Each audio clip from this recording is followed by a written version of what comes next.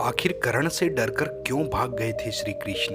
दोस्तों, अपने धर्म ग्रंथ महाभारत में जहां जीवन से जुड़ी कई बातों का वर्णन किया गया है, वहीं इसमें कई रोचक कथाओं का भी उल्लेख मिलता है। ये तो सभी जानते हैं कि महाभारत के युद्ध में वासुदेव श्री कृष्ण अपने सखा अर्जुन के सारथी बने थे। उन्होंने युद्ध से पहले दिन अर्जुन को युद्ध के लिए मना करने पर गीता का ज्ञान दिया था, और ऐसा भी माना जाता है कि श्री कृष्ण के कारण ही पांडवों को महाभारत में विजय मिली थी। लेकिन दोस्तों, महाभारत युद्ध के दौरान एक समय ऐसा भी आया था जब श्री कृष्ण कर्ण के डर से अचानक कुरुक्षेत्र मैदान से भाग खड़े हुए थे। दोस्तों, इस वीडियो में मैं आपको बताऊंगा कि आखिर ऐसा क्या हुआ था जिसकी वजह से कुरुक्षेत्र के मैदान से श्री कृष्ण कर्ण को देखकर अचानक भाग खड़े हुए थे। तो दोस्तों नमस्कार, मन का दीप मनदीप चैनल में आपका हार्दिक स्वागत है।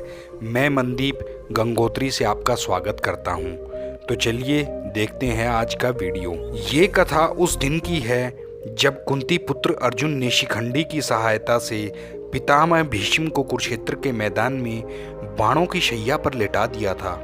पितामह भीष्म के युद्ध के मैदान से हटने के बाद उस दिन पहली बार सूर्यपुत्र कर्ण ने युद्ध के मैदान में प्रवेश किया था, क्योंकि भीष्म पितामह ने अपने ध्वज तले कर्ण को युद्ध करने से यह कहते हुए मना कर दिया था कि तुम एक सूत पुत्र हो और जब तक मैं युद्ध के मैदान में रहूंगा तब तक कोई भी सूत पुत्र मेरे ध्वज तले युद्ध नहीं कर सकता।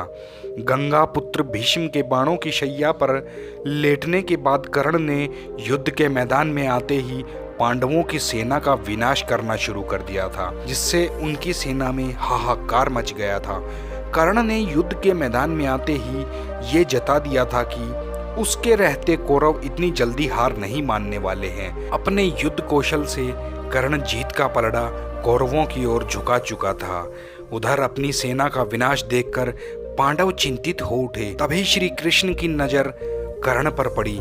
श्री कृष्ण ने देखा कि कर्ण दिव्य अस्त्रों के आवाहन के लिए मंत्रोच्चार कर रहा है और वह दिव्य अस्त्र धीरे धीरे प्रकट होते जा रहे हैं। इसके बाद श्री कृष्ण अर्जुन को सावधान कर रथ को दक्षिण दिशा की ओर तेजी से भगाने लगे।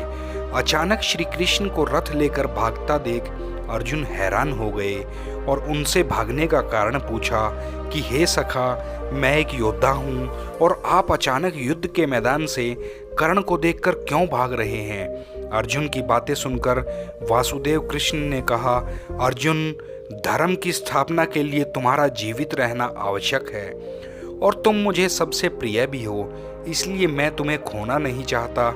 अर्जुन कृष्ण की ये बात समझ नहीं पाए और श्री कृष्ण से बोले, नारायण, आपकी बात मेरे समझ में नहीं आई। तब श्री कृष्ण ने कहा, अर्जुन, कर्ण दिव्यास्त्रों का आवाहन कर रहा है और उसका लक्ष्य तुम हो। तुम्हारे ही वध के मंतव्य से वह इंद्र की दी हुई शक्ति का आवाहन कर रहा है, इसलिए मैं तुम्हें युद्ध में कर्ण से इतनी दूर लेकर आया हूँ। इंद्र के इस शक्ति का कोई काट नहीं है। इस शक्ति से जिस किसी पर प्रहार किया जाएगा उसकी मृत्यु निश्चित है। यह सुनकर अर्जुन चिंतित हो जाते हैं, लेकिन कृष्ण मुस्कुराते हुए कहते हैं कि तुम चिंता ना करो पार्थ, मैंने कर्ण के इस दिव्य अस्त्र की काट खोज ली है। बस हमें इस योद्धा की तलाश करनी है जो तुम्हें इस शक्ति से बचा सके। इतना कहकर वो अपने रथ को भीम की तरफ लेकर चल पड़ते हैं। तभी सूर्यास्त होने के कारण युद्ध समाप्ति का शंखनाद हो जाता है। कृष्ण भीम के पास पहुंचते हैं और कहते हैं, तुम धर्म की स्थापना के लिए इतना महत्वपूर्ण युद्ध लड़ रहे हो, इसलिए अब समय आ गया है कि तुम अपने पुत्र घटोत्कच को कुरुक्षेत्र के मैदान में पहुंचने का आदेश दो।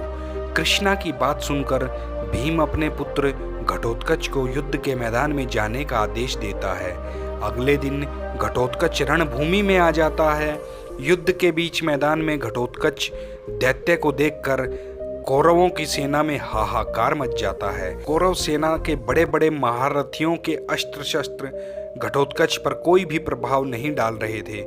यह देखकर कौरवों के सेनापति गुरु द्रोणाचार्य कर्ण के पास जाते हैं और उससे अपनी शक्ति से घटोत्कच का वध करने का आदेश देते हैं, लेकिन कर्ण मना कर देता है और कहता है कि आचार्य, इस शक्ति का प्रयोग केवल एक ही बार किया जा सकता है, इसलिए इस शक्ति को मैंने अर्जुन के वध के लिए बचा कर रखा है। यह सुन द्रोण क्रोधित हो जाते हैं और कर्ण से कहते हैं, अगर तुमने इंद्र की इस शक्ति से घटोत्कच का अंत नहीं किया तो कौरव सेना का कोई भी सैनिक, कोई भी व्यक्ति जीवित नहीं रह पाएगा, तुम भी नहीं रह पाओगे। इसलिए मैं कौरव सेना का सेनापति होने के कारण मैं तुम्हें आदेश देता हूँ कि तुम इसी समय, इसी वक्त घटोत्कच का अंत करो। अपने सेनापति का आदेश मानते हुए कर्ण उस शक्ति से घटोत्कच का अंत कर देता है। यह देखकर सभी पांडव दुखी हो जाते हैं, लेकिन श्री कृष्ण मुस्कुराने लगते हैं। पांडव के पूछने पर श्री कृष्ण कहते हैं कि अर्जुन के जीवित रहने के लिए घटोत्कच का मरना जरूरी था और यही इसका प्रारब्ध भी था। तो दोस्तों, मैं उम्मीद करता हूँ कि आपको मेरी ये वीडियो पसंद आई होगी, और पसंद आई हो तो ज़्यादा से ज़्यादा लाइक और शेयर करें दोस्तों। तो दोस्तों, ये थी आज की ज्ञान की बात, और साथ ही साथ चैनल को कृपया सब्सक्राइब कर दें। आपके सब्सक्राइब करने से मुझे मोटिवेशन मिलता है ताकि मैं नई नई वीडियो और नई नई जानकारी आपके लिए ला सकूं। दोस्तों, मौज लो, रोज लो, ना मिले तो खोज लो। आप सभी का दिल से धन्यवाद।